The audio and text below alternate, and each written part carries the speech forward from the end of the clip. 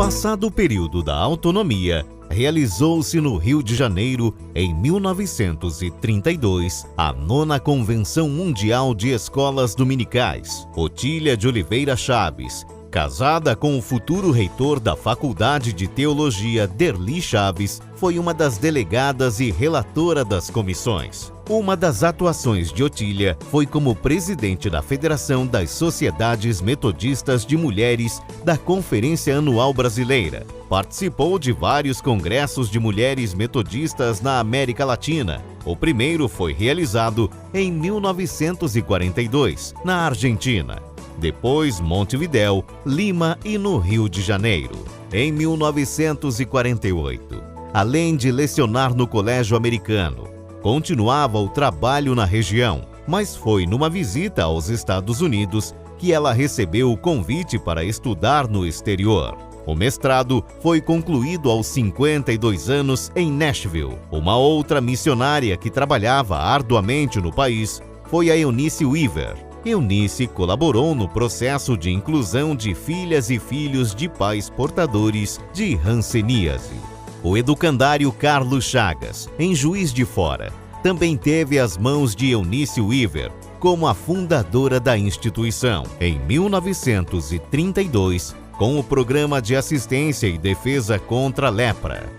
2 anos mais tarde, em 1934, temos o segundo Concílio Geral com a eleição de um bispo brasileiro, César da Corso Filho.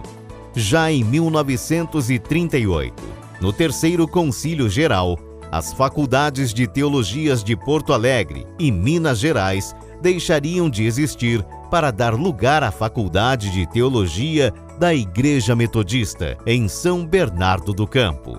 Começa a circular no Brasil em 1940 o No Cenáculo, que hoje é uma referência mundial, contando com mais de 3 milhões de leitores no mundo, com presença marcante em mais de 100 países. E a Igreja segue nas áreas missionárias, educacionais e sociais. Em 1948, a luta contra o câncer e a tuberculose é tratada na revista Voz Missionária pela primeira vez. A redatora da revista, Leila Epps, visitou o trabalho desenvolvido com a tribo indígena Kaiowás e publicou uma extensa matéria com localização, fotos, além de uma entrevista com o médico recém-formado Dr. Nelson Becker Araújo, que saiu da faculdade para trabalhar com os povos indígenas. De lá para cá, a missão indigenista se ampliou e faz parte da missão metodista. Sem interferir na cultura indígena, a Igreja Metodista trabalha com os povos indígenas em Mato Grosso do Sul, Minas Gerais, Ceará e Roraima.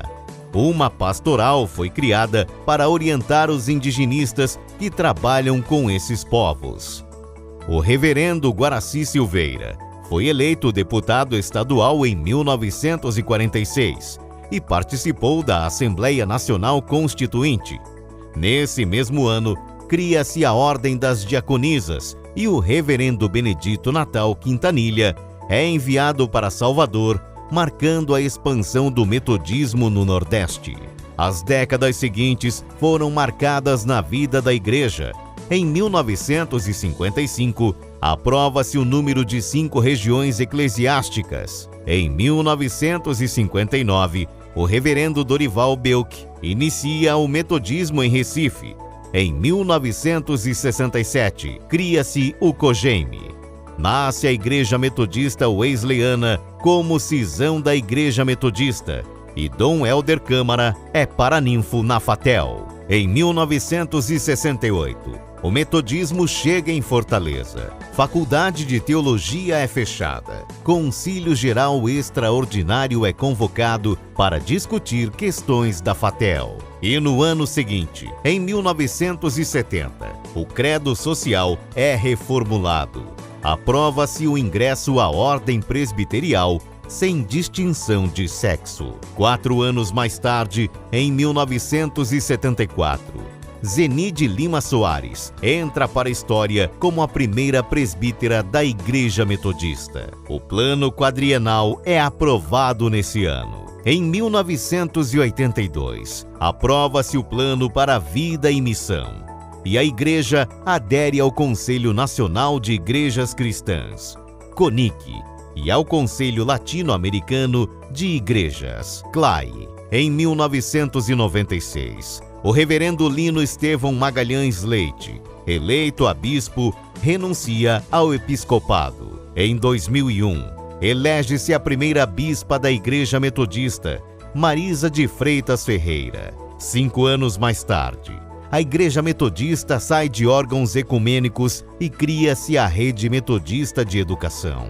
O 19º Concílio Geral prevê a presença metodista em cada cidade com mais de 100 mil habitantes. No último Concílio Geral, realizado em 2016, foi eleita a segunda bispa da Igreja, Ideide Brito Torres. Atualmente, a Igreja Metodista tem quase 300 mil membros, mais de 1.400 igrejas divididas em 8 regiões eclesiásticas e 2 missionárias. O trabalho social não parou. A educação nas universidades e colégios metodistas também avançaram. É a missão metodista se estendendo desde os rios da Amazônia com os ribeirinhos, os pequenos grupos de discipulado espalhados pelo Brasil afora, com os povos indígenas até o envio de missionários brasileiros para o exterior. São 150 anos de história construída por várias mãos